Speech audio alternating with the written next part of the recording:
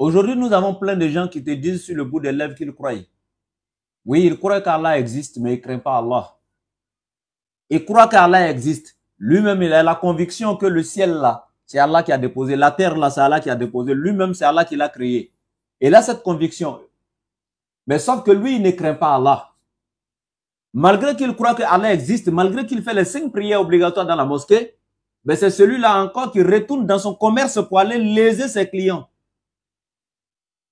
Ça fait honte. Il vole, il ment. Il calomnie les gens. Il tue, il commet la fornication et l'adultère. Il est dans les bars, etc. Alors qu'il croit qu'Allah existe. Hein? Il sait que c'est Allah qui l'a créé. Mais il n'a pas la crainte d'Allah. Ces gens de croyance-là n'ont pas de valeur, n'ont pas d'importance. Croire qu'Allah existe alors que tu ne le crains pas. Ça ne te servira à rien, mon frère, ma soeur. C'est pourquoi Allah il dit ici, wa bashiril lezina amanu. Oui, annonce la bonne nouvelle aux croyants. Mais quel genre de croyants? Wa amilu solihat. Ceux qui croient et qui œuvrent dans le bien, qui font les bonnes œuvres. Ceux qui croient et qui ne mentent pas. Ceux qui croient et qui ne volent pas. Ceux qui croient et qui ne sont pas infidèles à leur conjoint. Qui ne commettent pas la fornication ni l'adultère. Ceux qui croient et qui ne calomnient pas. Ceux qui croient, etc., etc. En tout cas, qui n'œuvrent pas dans tout ce qui est haram. Qui prient à l'heure, qui jeûnent le mois de Ramadan comme Allah l'a demandé, hein, qui apprennent donc la religion d'Allah, qui se soumettent à sa volonté, wa amilu solihat, ceux qui font le bien. Allah il dit, annallahum, que dis-leur qu'il a été préparé pour eux, ou en d'autres termes, ils auront jannatin, des jardins, tajri min tahtihal anhar. Jannatin, ils seront dans un jardin sous lequel coulent des ruisseaux. Vous voyez? Allah dit, ceux-là, les véritables croyants, qui sont des croyants et qui font le bien, Allah dit ceux-là, annallahum jannatin, ils seront dans un jardin, c'est-à-dire dans le paradis, jannatin tajri min tahtihal anharu, sous lequel coulent des ruisseaux. Dans le paradis, il y aura des ruisseaux qui couleront sous les immeubles. Allahu Akbar. Tu es dans ton paradis, tu es dans ta demeure. Et puis Allah dit sous tes pieds coulent des ruisseaux. Les ruisseaux de miel, les ruisseaux de lait, les ruisseaux de vin. Pas des vins alcoolisés qui lorsque tu bois, tu es saoul, tu deviens ivre, tu fais du n'importe quoi, tu vomis sur toi, tu pisses sur toi, tu peux voler, tu peux commettre n'importe quel péché. Là, c'est pas les koutoukou, les tchapalos façon fabriqués ici. Quand tu bois, tu as mal à la tête, etc. Allah il dit c'est pas ça. Il dit du vin pur, tellement doux, incomparable à ces conneries que vous avez dans ce monde ici, que vous buvez pour vous rendre ivre, etc. Allah il dit, et les ruisseaux d'eau potable.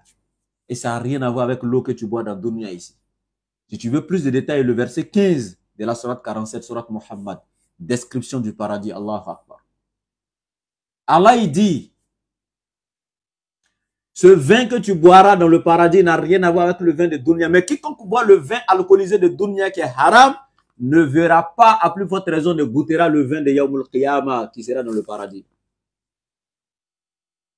Les ruisseaux de miel, pas les déchets d'abeilles que toi tu as ici. C'est-à-dire que Allah il te donne ici les déchets des abeilles. Quand ils ont bien mangé, ce qui sort derrière eux là, ce qui te donne là.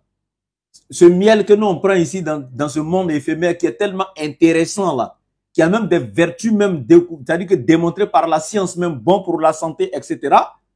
Mais Allah il dit pour le paradis, c'est pas déchets d'abeilles. Ça c'est Allah même qui a fabriqué ça à l'état pur, propre, doux.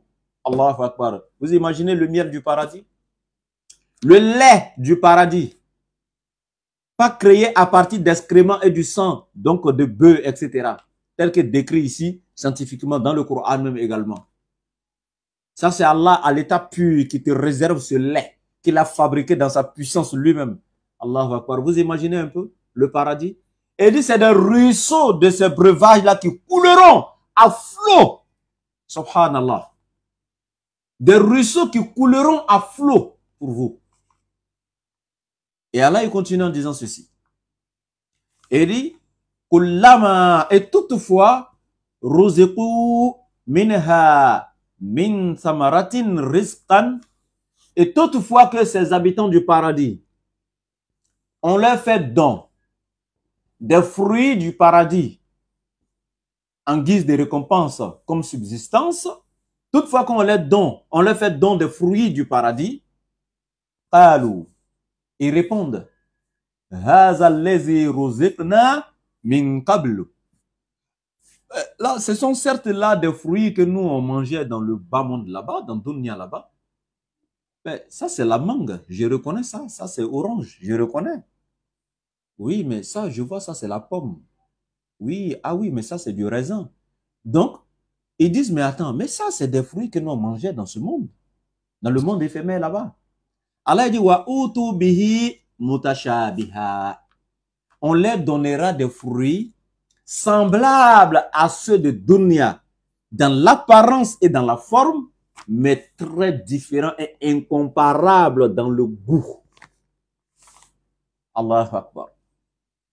C'est-à-dire que, pourquoi on leur donne ça de façon semblable dans la forme des fruits de Dunya? Pourquoi au moins ils puissent les identifier? Quand ils voient mangue, ils savent que ça c'est mangue. Mais sauf que quand il met sur sa langue, c'est là qu'il se rend compte qu'il y a mangue et puis il y a mangue. Quand il met la pomme du paradis, il prend un seul coup. C'est là qu'il se rend compte qu'il y a pomme et puis il y a pomme. Vous voyez? Donc, wa utu biha mutashabiha. On leur donnera donc des fruits semblables à ceux de Dunya, mais Allahu Akbar, ça n'a rien à voir avec ce qu'ils ont mangé ici. Vous voyez?